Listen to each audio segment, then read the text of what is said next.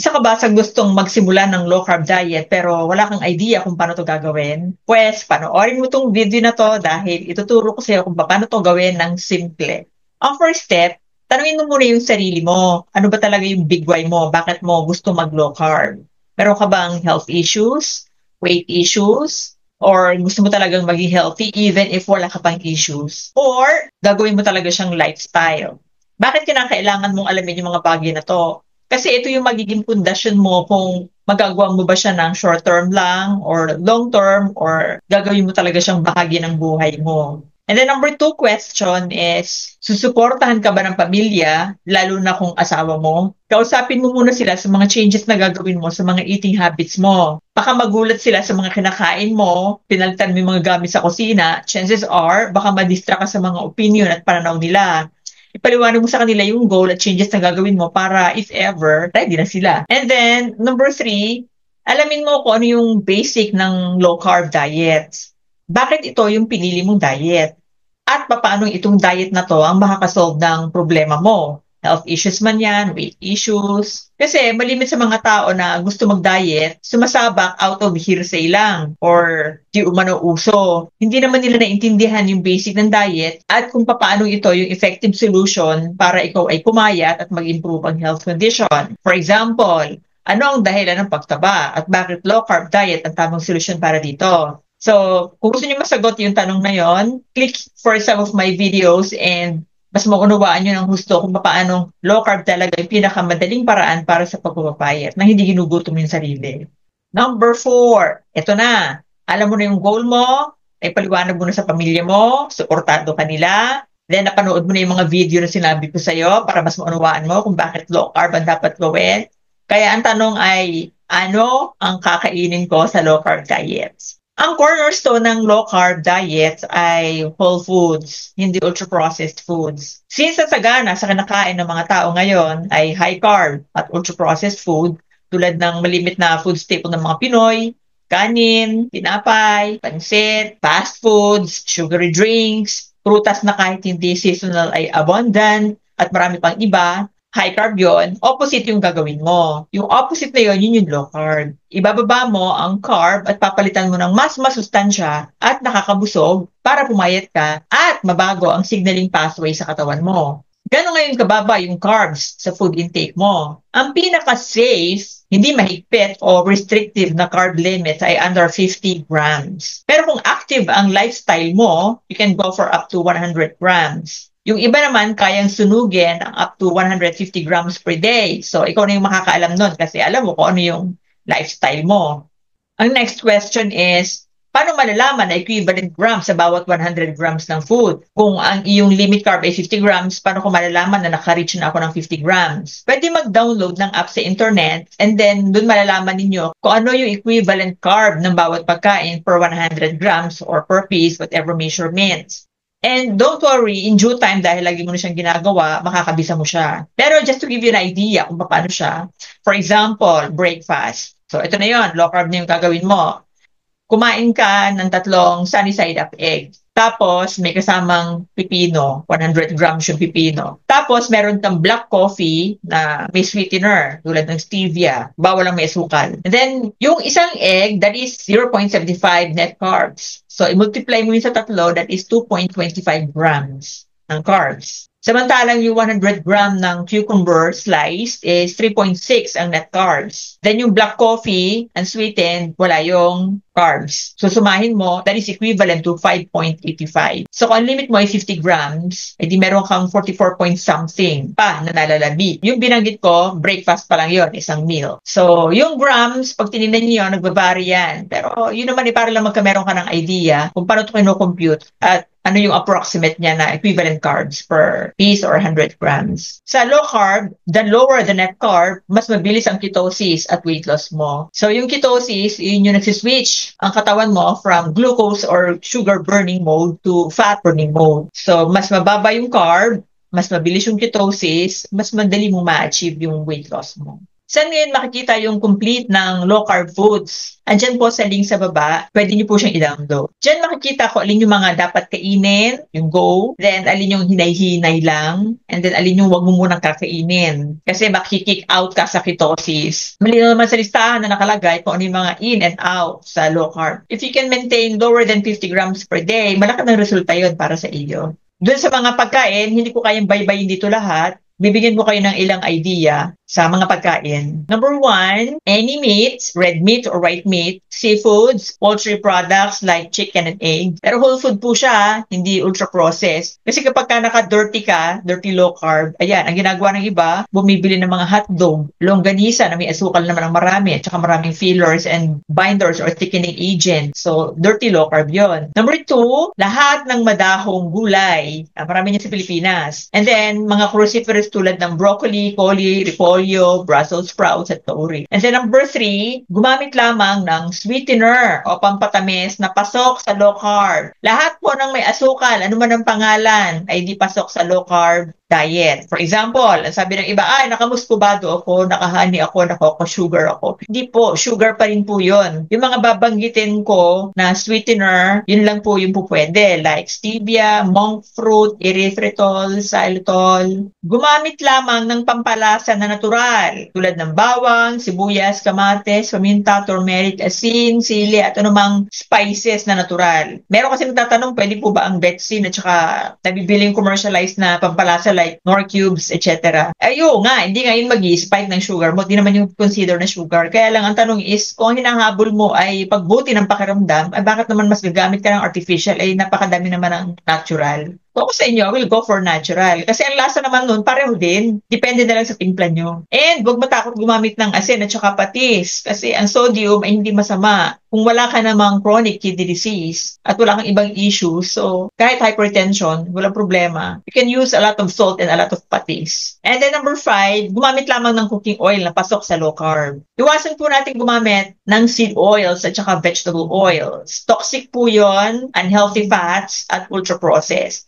Hindi naman po ang masama ay yung seeds kasi considered din siya as plant-based. Ang masama po doon kung paano siya pinrocess. At doon sa sobrang pagpo-process noon, lumalabas na po doon yung mga tinatawag na free radicals na nagkakos ng inflammation sa katawan. Doon sa low-carb cooking oil, ang pinaka-common sa Pilipinas ay coconut oil. Napakadami niya sa Pilipinas. Ang swerte ng Pilipinas kasi marami tayong niyog. Huwag ding matakot gumamit ng mga animal fats bilang cooking oil. Like for example, beef tallow, taba ng baka, pork lard, taba ng baboy, o kaya taba ng manok. Hindi po yun dirty low-carb. Yun po ay clean low-carb. Hindi rin po yun yung nagkakos ng pagbabara ng ugat. May video ako tungkol dyan. Panoorin nyo. Ilalagay ko yung link sa baba at saka ito. Sa prutas, iwas muna. Bakit? Ang prutas po ay whole foods. Yes. Pero fructose po kasi siya eh. Ang fructose isang klase ng sugar na ang nagme-metabolize lang ay atay. So lalo-lalo kapag may elevated triglyceride at mataas ng blood sugar, hindi mo kailangan magprutas. Maliban na lang kung yung prutas ay pasok sa low carb. Like for example, avocado. Kaya lang avocado seasonal. Pero ang avocado ang isa sa pinaka magandang source of fat pagdating sa plant-based na pagkain. Ang sunod ay yung mga berries. Ayan. At meron ding ibang prutas na low glycemic index at mababa lang yung net carbs. Pakicheck na lang po sa list. Sa kanin, ang ginagawa ng iba, binibigla. Meron namang ang ginagawa ng iba, binabawasan ng unti-unti. Kapag yan ay binigla mo, anong side effect? Kung ang katawan mo ay sanay sa paggamit ng carbs, tapos bigla mo siyang tinanggal, hahanapin niya ng katawan mo. So, ano mangyayari? Mahihilo ka, sasakit ang ulo, manlalambot, parang hihimatay ng pakiramdam. Bakit mangyayari yon? Sanay kasi yung katawan na ang fuel mo ay quick energy na ibinibigay ng kanin. At dahil tinanggal mo siya, hinahanap siya, parang nagdabog siya bigla. So, anong gagawin? Unti-unti muna siyang tanggalin. Parang ini-introduce mo na, teka muna, babawasan ko sa gabi, then binawas ko ng umaga, then binawas ko ng tanghali, o kaya ginawa mong kalahati ng kalahati ng kalahati ng kalahati, hanggang sa masana yung katawan mo na wala ng kanin. Or, kung hindi mo naman talaga kayang tanggalin ng kanin, may mga substitute dyan. Konjac rice, broccoli rice, cauli rice. Kung yung una,